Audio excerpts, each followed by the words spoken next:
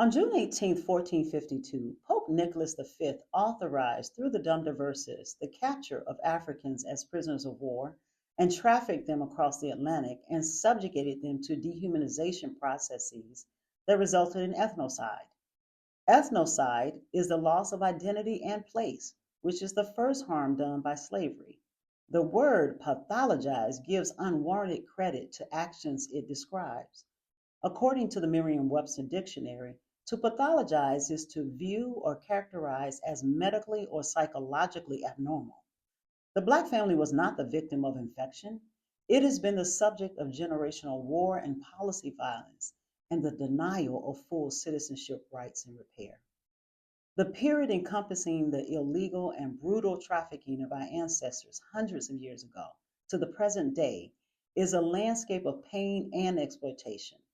Millions of our people, from the enslavement period to Jim Crow, convict leasing, terrorism, and other domestic abuses against African Americans, continue to plague this country and has found a resurgence in the current moment, amplifying the anti Black sentiment that has loomed large over the past and the present. Redress must be the outcome to end centuries of harm, not merely the actions of an individual. Pathology obscures our history, blurs the facts, and tries to assign personal responsibility to problems which would otherwise not have existed were it not for the damage done to Africa and its diaspora by way of enslavement, colonization, and neocolonialism. As people that advocate for reparations, we must always remind folks that this problem spans across the entire timeline of the United States' existence. This problem did not die with Abraham Lincoln. The Emancipation Proclamation did not end racism, and the election of Obama did not usher in a new era of justice and repair for the descendants of those captured as prisoners of war and trafficked across the Atlantic for legalized subjugation. Pathology as a supposed explanation for the Black family is itself the product of a racist society. The massive impact of policy violence, not the mythical illness or mythical constraints pathology claims, can be seen across the United States. In the 1940s, the GI Bill denied more than 1 million Black veterans from benefits after serving their country. Medical apartheid, which abused the trust of Black patients, was a series of unethical medical experiments on Black people across this nation.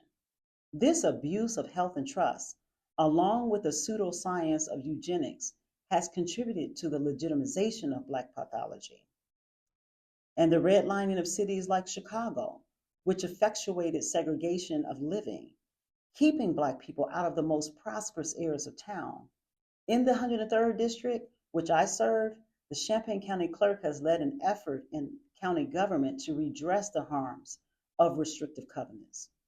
These were legal land documents that, as recently as 1960, were used to keep Black people out of neighborhoods, even as tenants, literally drawing Black people out of the most common way of building wealth, which is home ownership. That kind of economic warfare effectively segregated our local schools, funded by property taxes. Those who pathologize or even try to pathologize Black families either misunderstand history or worse, know history and use this misinformation to prevent progress.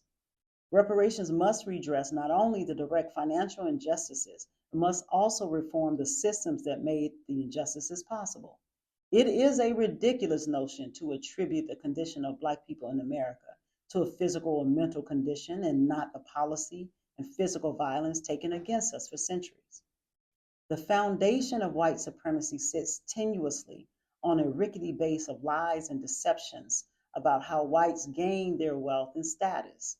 A century and a half after slavery, the median wealth of white families is approximately 250,000, but for Black families, it's around 24,000.